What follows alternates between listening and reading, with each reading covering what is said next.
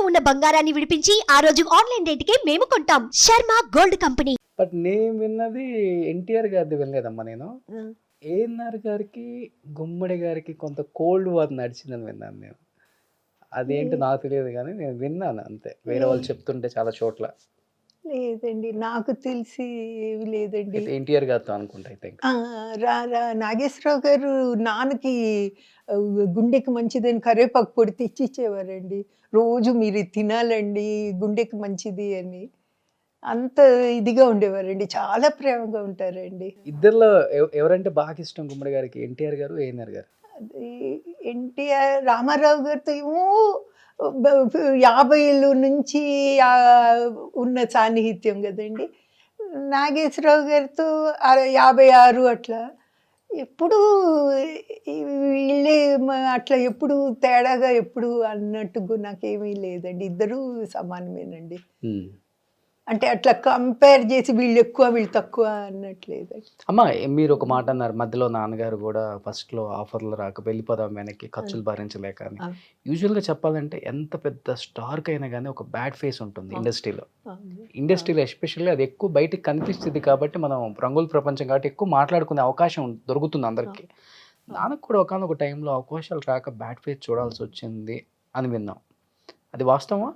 ఇప్పుడు నాకు తెలిసి లేదండి. ఆ పీక్ అట్లాగే ఉండిందండి. 54లో 'అర్ధాంగి' హిట్ అయిందండి. అప్పుడు బాగా అందరూ దృష్టిలో పడ్డారు. ఆ 'అర్ధాంగి' 'పిచ్చి పుల్లయ్య తోడు దొంగల్లో' కూడా యాక్టింగ్‌లో అందరి దృష్టిలో పడ్డారండి. 'అర్ధాంగి' ఇంకా సూపర్ హిట్ అనుకోండి ఆ రోజుల్లో. తర్వాత 'ఇలవేల్పులో' చాలా స్ట్రాంగ్ క్యారెక్టర్. ఇంకా వరుస వరుస నాకు తెలిసి 80 వరకు నాన్ స్టాప్‌గానే నడిచిందండి. 1980 వరకు నాన్ స్టాప్‌గానే నడిచింది. తర్వాత హెల్త్ ఆరోగ్యం దృష్ట్యా గాని, మరి అప్పటికి నాన్నకి కూడా 87కి నాన్నకి 60 పూర్తయినాయి. అప్పటిదాకా పీక్‌లోనే ఉన్నారండి నాన్న. హ్మ్. పెద్దగా వేషాలు రావటం లేదు అనేది నేనైతే ఎప్పుడు తర్వాత చూడలేదండి. జనరేషన్‌తో కూడా కొంత యాక్ట్ చేశారు. చేశారండి. 'జగపతి బాబు' గారు, జగపతి 'శ్రీకాంత్' బాబు గారు, గారితో 'చిరంజీవి' గారు. అవునండి. చేశారు. అందరితో హ్మ్. చేశారండి.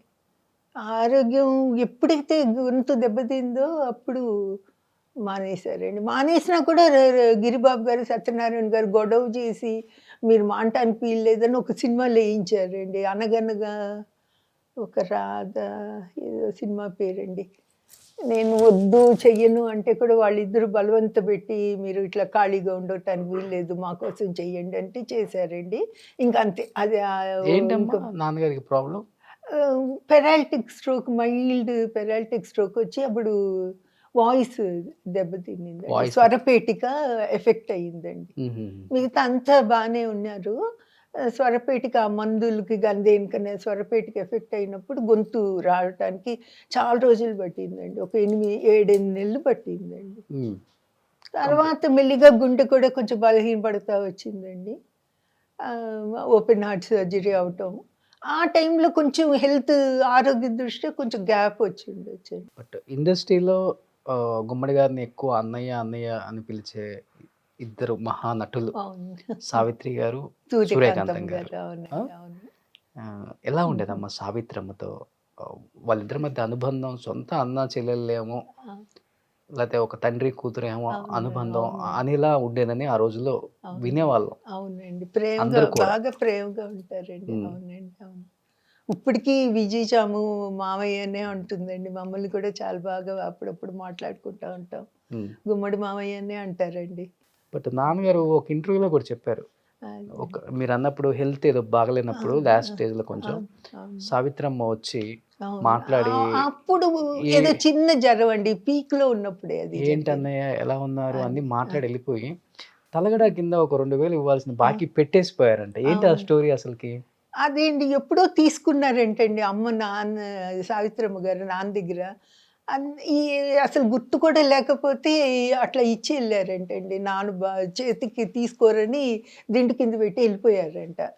తర్వాత చూసుకొని "ఏంటమ్మా? ఎందుకమ్మా ఇచ్చావు? ఎందుకు ఇవ్వటం" అంటే, "లేదన్నయ్య నాకు ఎవరికీ బాకీ పడాలని లేదు. మొన్నే ప్రొడ్యూసర్ ఒక 5,000 అడ్వాన్స్ ఇచ్చాడు, అందుకని నేను ఇయ్యగలిగాను అని. అంటే ఆమె అభిమానం అట్లా అండి, ఎవరి దగ్గర తీసుకోవటం ఇష్టపడలేదు అండి ఆమె. అందుకే కూడా కొంత అందరూ సహాయం చేయటానికి వెనకాడారేమో అని అనిపిస్తుందండి నాకు. ఉమ్, ఎప్పుడైనా ఆలోచిస్తే ఆమె ఎందుకు అంత బాధపడాల్సి వచ్చింది, ఇంతమంది ఎందుకు ఆమెకి చేయూతనివ్వలేదంటే, ఈ ఇంత వైభవంగా వీళ్ళ మధ్య బతికిన మనిషి వీళ్ళ దగ్గర సహాయం తీసుకోవటానికి ఆమెను బాధ పెట్టిన వాళ్ళు అవుతారు కదా.